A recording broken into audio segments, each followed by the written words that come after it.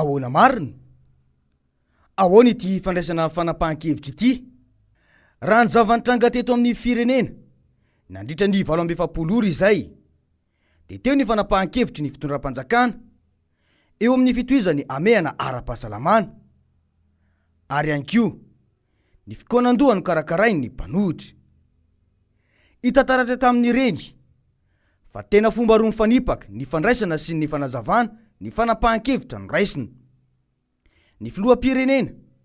dia mihevitra fa izy irery no mahavita izao rehetrarehetra izao. Rehefa miaino azy tsara mantsy dia ireto teny roa ireto no matetika miverimberina: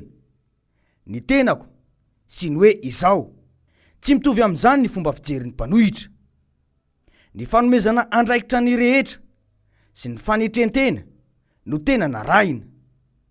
Hoy mantsy ny filoha Marc Ravalomanana hoe tena mahafinaritra eto zany anontanianao aty tolo le toko politika izay tsy nitovy hevitra tamiko taloha ary dia mahazava be mihitsy resaka resana hoe allo re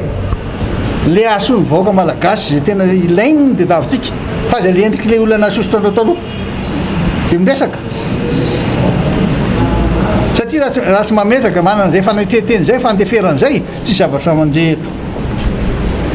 Misy fandeferana, misy fanetretena fa raha ny ampy koa ianao re milaza mahavita nytretrerety ity dia ataon'ilo atao very. Amin'izao krizy mianjady amin'ny firenena izao tokoa no ahafahana mijery ny olona mahay mitarika sy ny mpitondra ty fisehosehoana fotsiny, fa na ny fanapahan-kevitra raisina aza dia matetika tsy voadinika tsara. Ny tiana olazaina ihany koa dia samy manana ny andraikitra no faritany lalam-pandrenana, na ny mpitondra na ny mpanohitra. Ny fanjakana amin'ny mampitondra azy dia anjarany no manatanteraka ireo asa rehetra fampandrosoana sy fanampiana ny vahoaka, indrindra fa ny fahefana mpanatanteraka izay tarihy ny filoham-pirenena. Etsakilan'izay indray dia ireo mpanohitra araka ny lalam-pandrenana dia anjaran'izy ireo no mitsikera ny mpitondra sy maneho ny programan'asa izay everiny fa ahasoa ny vahoaka sy fampandrosoana ny firenena. Eo mantsy no betsaka no tsy mahafantatra. Noho izany,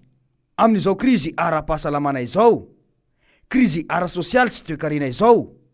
dia anjaran'ny mpanohitra no mitsikera ireo programa na ny fitantanana tsy mety ataon'ny mpitondra.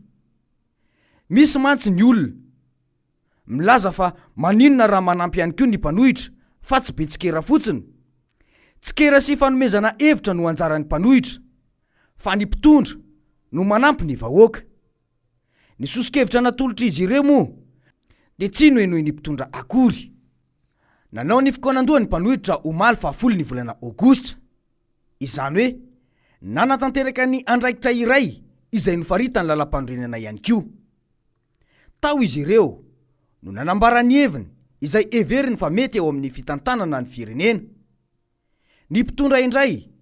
dia mazava ho azy fa ny fanapahan-kevitra mikasika ny fepetra tsy maintsy noraisiny amin'izao amehana ara-pahasalamana izao kosa no nataon'ny filoham-pirenena tamin'ny alahady teo. Ny tena mahavariana dia tsy manaiky ho diso mihitsy ity fitondrana ity, na dia ity izao aza, fa tsy manaraka ireo fepetra napetran'ireo ny fizarana ny sosialim-bahoaka satria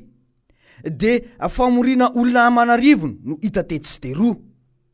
Zaran'izy ireo aza fa nisy ny filoham-pokotany nanliana ny tsy fetezana na tonga ireny famoriana olona be ireny. Hoy mantsy ny filoha. Misy ny sefy-fokotany zay niresaka mivatana tamin'ireny olona mitaraina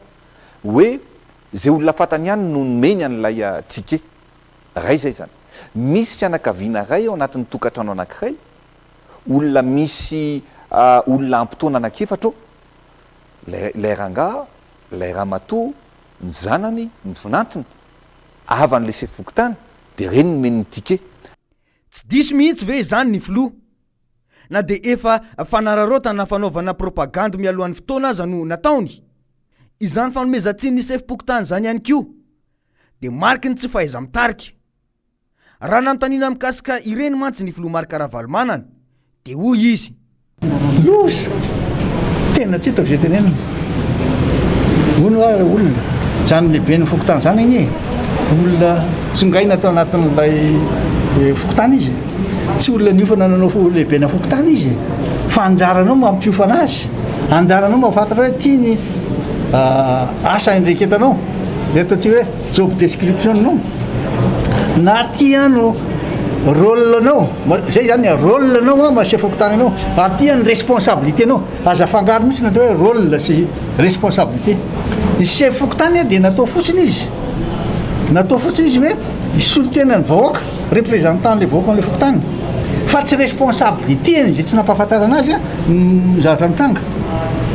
dia reny le lazaiko hoe honnêteté intellectuelle ny mpitondro raha manana zay honnêteté intellectuelle zay izy tsy manabatibaty an'ireny olonireny ary raha ray aman-dreny ny firenena ianao tsy anjaranao mihitsy midéshonoré olona na hoe manalabaraka olona ray aman-dreny ianao zany dia manaja azy tsara fa tsy midina many reny da nalabaraka sy fokotany izany hoe ilaina ny fampiofanana ireo sefim-pokotany ireo oviana moa isika no na eno nandritra izao fitondrana izao ny fanofanana ireny sefim-pokotany ireny to tamin'ny fifidianana ihany no nilana azy ireny fa amin'izao fotoana izao tsy misy ilana azy intsony manam-pirofo an'izany ireny fananganana rafitra loharano ireny izay doublon moa no fanazavany sasany azy tsy izay ihany fa teo ihany koa ny fanalefana ny fepetra ka toy izao no voalaza mikasika ny faritra Analamanga miverina tsikelikely amin'ny fiainana andavanandro ny ponina ho an'Antananarivo renivohitra ho an'ny Avaradrano ho an'ny Atsimon-drano ary ho an'ny Ambondratrimo ary tafiditra ao anatin'izany ihany koa ny districta ny districta ny Moramanga ny antsony dia tafiditra ao anatin'ny Skady faharoa ny Skady faharoa dia efa hoe efa tratra ilay pic na ao anatin'ny phase de stabilisation tsika na efa mitoy na phase de décroissance na efa midina izay olona mitondra ny tsimikaretina izay no zany dia miverina miasa hatramin'ny 10 ora ariva ny rehetra ny tena mahavariana amin'ilay fanapahan-kevitra dia miverina miasa hatramin'ny 10 ora ariva hoy izy ny mpiasa rehetra dia mipetraka indray ny fanontaniana hoe voadinika tsara ve izany fanapahan-kevitra izany ary ahoana ny fandaminana rehetra voalaza koa mantsy fa tsy mbola mahazo miasa ny taksi be izy izany no hitatitra ireo mpiasa ireo andeha tongotra 4 kilometatra zany ny mpiasa isan'andro nanazava indray moa ny mpandrindra ny CCO hoe sarotra ny mameny olona any anatin'ny taksi be mbola sarotra ny manaja ny geste barrière rehetrarehetra betsaka tokoa ny manontany hoe mirava midino zao zahay dia ahoana ny fomba hodina satria mety lavitra izy ireny no mipetraka tena marina zany nefa ny ainana ambony zavatra rehetra aoka zany ny mpampiasa no andray ny andraikitra rehetra mifanandrivy amin'izay izany hoe ny orinasa no mikarakara fiara hitatitra ny mpiasany mba matotra ve zany fanapahan-kevitra izany efa orinasa ao anatin'ny fahasahiranana zao ve sady tsy misy fanoanana avy amin'ny fanjakana dia mbola andraisana fepetra tsy voahevitra sahala amin'izany ahoana ihany ny fampitsonjovana eto amin'ity fireneny ity aoka ho fantatrareo ihany koa fa misy ihany koa ane ireo mpiasam-panjakana no mandeha taksi be rehefa mamonjy asa andeha tongotra ihany koa zany izy ireny tena tsy mahagaga intsony ny fandraisana fanapahan-kevitra ity fanjakana ity hita foana fa tsy matotra no sady tsy mety makalesona ny zavatra nitranga hatramin'izay efa bolana mahery izay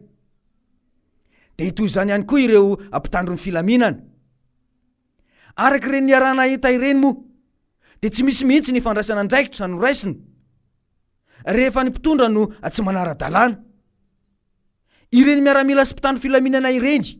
dia nampiasaina anaovana raha matahora fotsiny ihany ary koa natao anindry ireo mpanohitra ity izany no maly teny Belair tamin'ny fikoanan-dony ny mpanohitra vo maraina dia feno zandary teny anaovana raha matahora ireo olona nasaina kanefa dia fionana milamina sy manaraka ny fepetra ara-pahasalamana no natao efa iaraha mahita moa ny fanararotam-pahefana ataon'ny mpitondra amin'ity famehana ara-pahasalamana ity manana ny fomba fijeriny amin'izany ny mpanohitra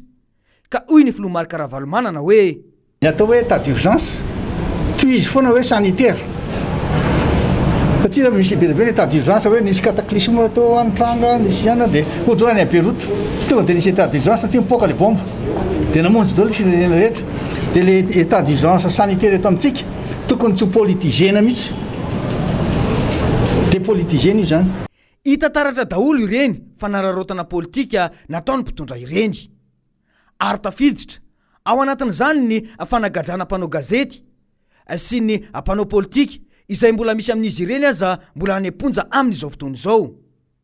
koa misy lesona azony mpitondra antsoahana ary ve amin'ny mpanohitra sa tsy miova ny fandraisana fanapahan-kevitra reo ka andrasana tranga aloha ny olana na fironona mihitsy aza ny olana indraindray mba entina isehosehoana fa ianareo irery ihany no afaka mahita vahaolana fa ahoana mariny